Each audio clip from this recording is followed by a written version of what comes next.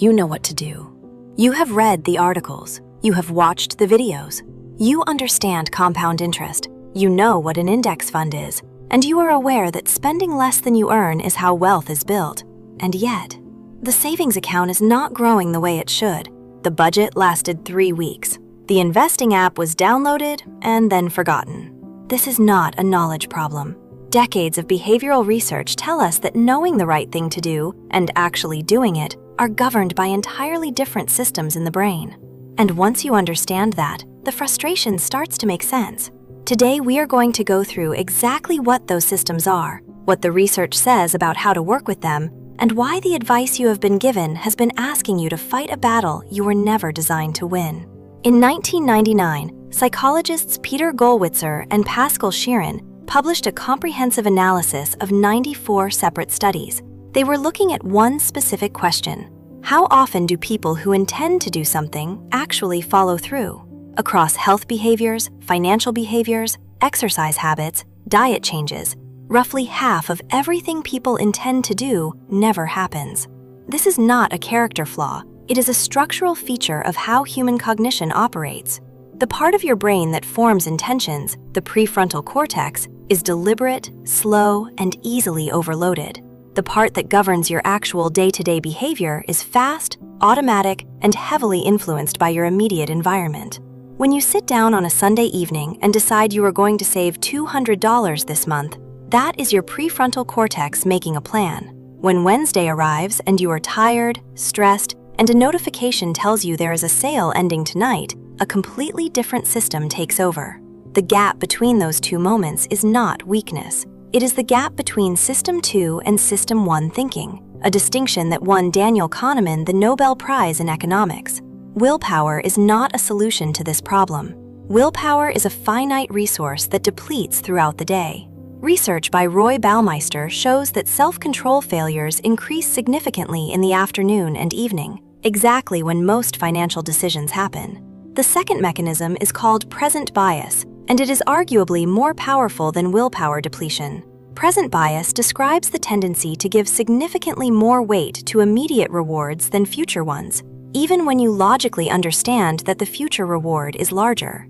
Failer and Sunstein, in their book Nudge, showed that people discount future rewards hyperbolically, not linearly. A reward available today can be preferred over a reward 3 times larger available in 1 year. Think about what this means in practical terms.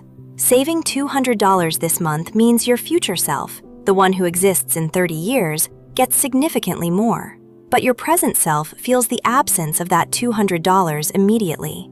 The future self is abstract. The $200 is concrete.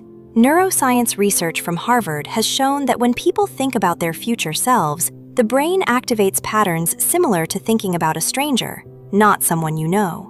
The future you is neurologically treated as someone else. So when financial advice tells you to sacrifice now for later, it is essentially asking you to give money to a stranger. And most people, quite reasonably, do not prioritize strangers over themselves. This is why motivation and reminders do not work long-term. They are asking you to win a neurological argument against a bias that evolution spent hundreds of thousands of years building. So what does the research actually recommend? The most robust finding across behavioral economics, psychology, and financial research is this: the single most reliable way to change financial behavior is to change the environment in which decisions are made, not the person making them. In 2004, economists Thaler and Benartzi ran a program called Save More Tomorrow. Employees automatically had a small percentage of each future raise directed into their retirement account. No financial education, no motivational coaching, no goal-setting workshops, just automation. Over 40 months, average contribution rates rose from 3.5% to 13.6%. They did not try harder. The system changed. When savings is automatic, it bypasses the moment of decision entirely. There is no Wednesday afternoon, no sale notification, no tired version of you making a choice. The money moves before the decision can be made. This is not a trick. It is the correct application of what research shows about how human behavior actually works. James Clear, in Atomic Habits, summarizes decades of behavioral research into one principle. You do not rise to the level of your goals, you fall to the level of your systems. In financial terms, a good system outperforms good intentions by a factor of 4, according to implementation intention research by Gollwitzer. The research points to 3 specific techniques. Each one works by reducing the friction between intention and action, not by increasing motivation. Technique 1. Automate the first move. Set up an automatic transfer from your checking account to a separate savings account on the same day your salary arrives. Not the day after, the same day.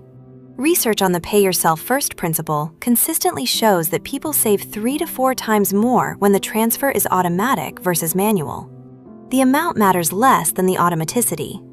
Start with a number that does not require any sacrifice to maintain, even $50. The habit of the system matters more than the size of the initial contribution. Technique 2. Add friction to spending and remove it from saving. Research by Dilip Soman at the University of Toronto shows that small increases in the effort required to spend money reduce impulse purchases by up to 30%. Remove saved payment details from online stores. Delete shopping apps. Put your credit card in a drawer and use it only for planned purchases. Simultaneously, make saving effortless. Roundup features, automatic investment contributions, employer match enrollment. All of these reduce the decision to 0. Technique 3. Implementation intentions. This is the most underused finding in all of behavioral economics. Gollwitzer's research shows that forming a specific when-then plan, when X happens, I will do Y, more than doubles follow-through rates compared to a general intention. Not, I will invest this month, but when I receive my salary on the 15th, I will transfer $200 to my investment account before I open any other application. The specificity is not for motivation. It is to give your brain a pre-made decision to retrieve rather than a new one to construct under pressure. Here's what the research is telling us. You are not bad with money. You are a human being operating with a brain that was not designed for long-term financial planning in a world built to extract your immediate spending. The answer is not to try harder. The answer is to build a system that removes the moment of trying entirely. Automate the transfer. Add friction to the spending. Write down the when-then plan. Not because those things require discipline, because research shows they work precisely when discipline is absent. That is the difference between financial advice that sounds right and financial research that actually is. What stops you from saving? Not the general answer, the specific one. Drop it in the comments. I am building the next video around the most common answer from this community. If you want research-backed analysis of financial decisions rather than opinions dressed up as advice, subscribe. Every video on this channel starts with the data, not a conclusion.